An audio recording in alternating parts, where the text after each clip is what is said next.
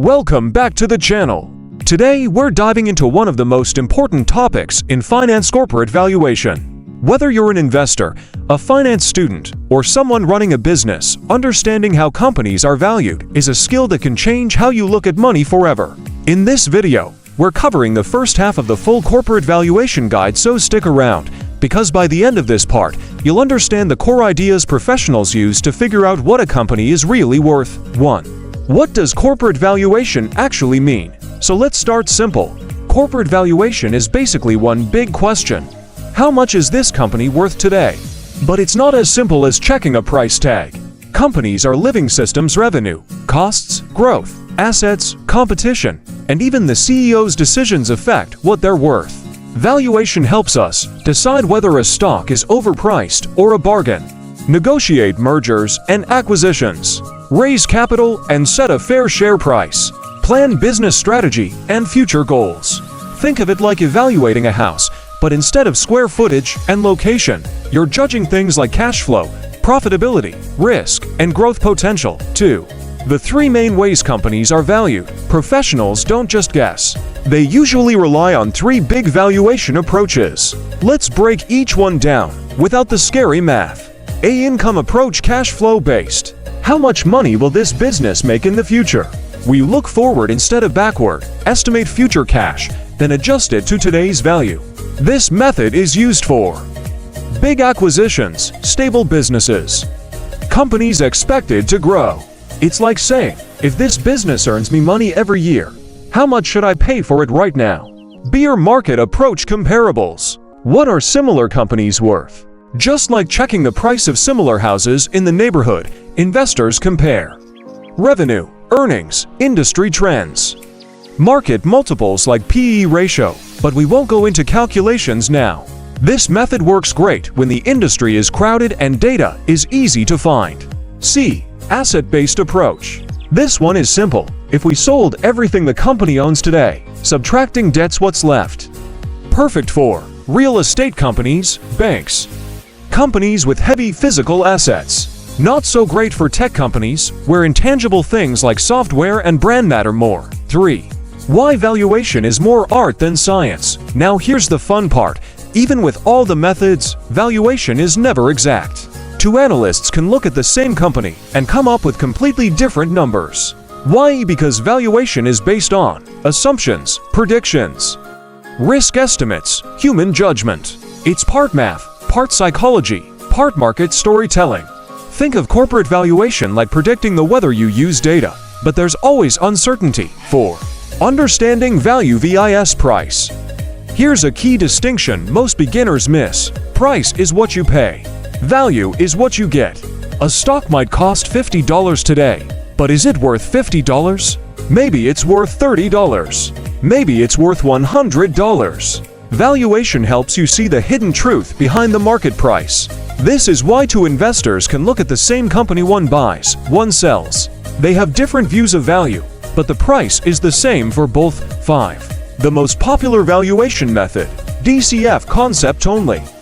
Now we get to the famous one, discounted cash flow, or DCF. Don't worry, we're not doing formulas. Here's the idea in plain English. A business is worth the present value of all the cash it will generate in the future. Imagine you're buying a goose. You don't pay for the goose, you pay for the eggs it'll lay. DCF tries to estimate the number of eggs and how valuable they'll be. To do this, analysts: 1. Forecast future cash flows. 2. Adjust them for risk. 3. Convert future dollars into today's dollars, and boom, that gives you a valuation. It's powerful, but extremely sensitive to assumptions. 6. Why assumptions matter and how analysts get them wrong. Here's the hard truth. If your assumptions are wrong, your valuation collapses. People mess up by being too optimistic about growth, underestimating risks, ignoring changing market conditions, using outdated financial data. This is why professionals run multiple scenarios: a best case, a base case, a worst case. Because real life never follows one perfect path. 7. Putting it all together. So in this first half, we built the foundation of corporate valuation.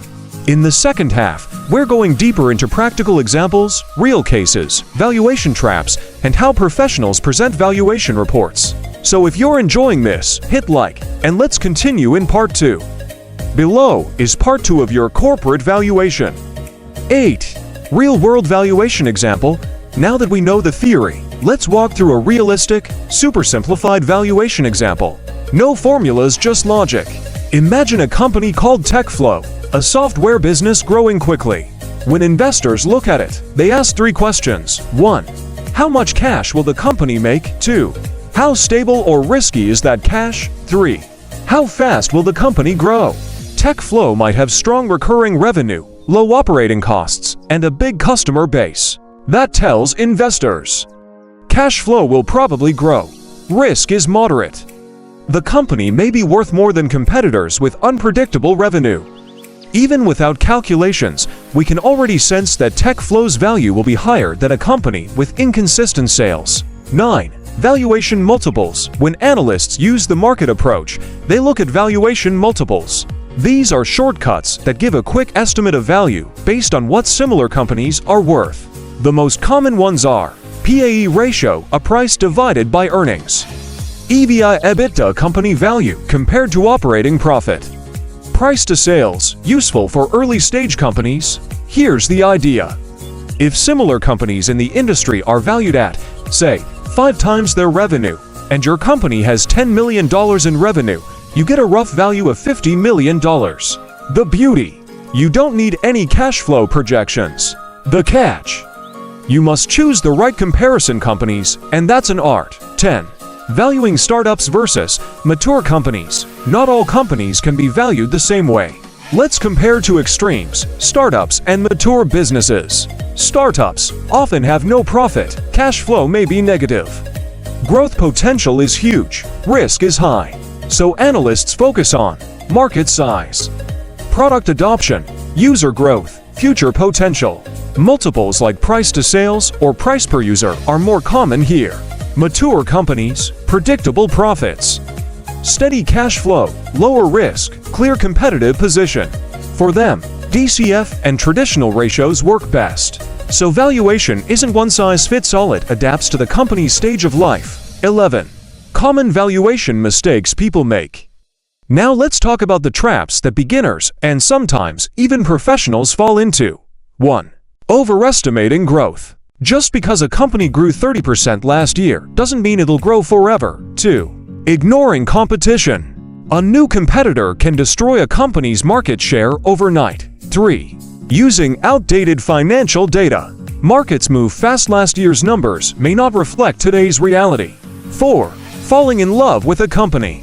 Emotions lead to biased assumptions. Valuation should stay objective. 5. Using wrong comparable companies. A slow retail store shouldn't be compared to a fast-growing tech startup. Avoid these mistakes, and your valuation skills will immediately level up. 12. How professionals present valuation results. When analysts finish valuing a company, they don't just hand over a number. They create a full valuation report, usually containing a summary of the company, the methods used, key assumptions, scenario analysis, final value range. Notice something important here. Professionals don't give one number, they give a range. For example, we estimate the company's value to be between $80 million and $95 million. Because valuation is not precise, it's directional. It guides decisions, not predicts the exact future. 13. Why market sentiment can override valuation. Here's the twist that surprises many people. Even after a perfect valuation, the market might totally ignore it. Sometimes a company trades far above its intrinsic value because investors are excited, hyped, or overly optimistic. Other times, fear pushes the price way below the company's true worth. This is why famous investors like Warren Buffett say, in the short run, the market is a voting machine. In the long run, it's a weighing machine. Meaning, hype moves prices today, but fundamentals decide value over time. You now know the mindset of every investor, banker, and financial analyst when they try to figure out what a company is worth. If you made it this far, congratulations. Most people never learn this stuff even in business school.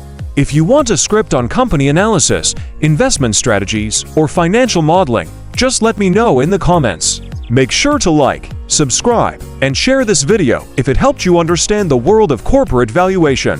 Thanks for watching, and I'll see you in the next video.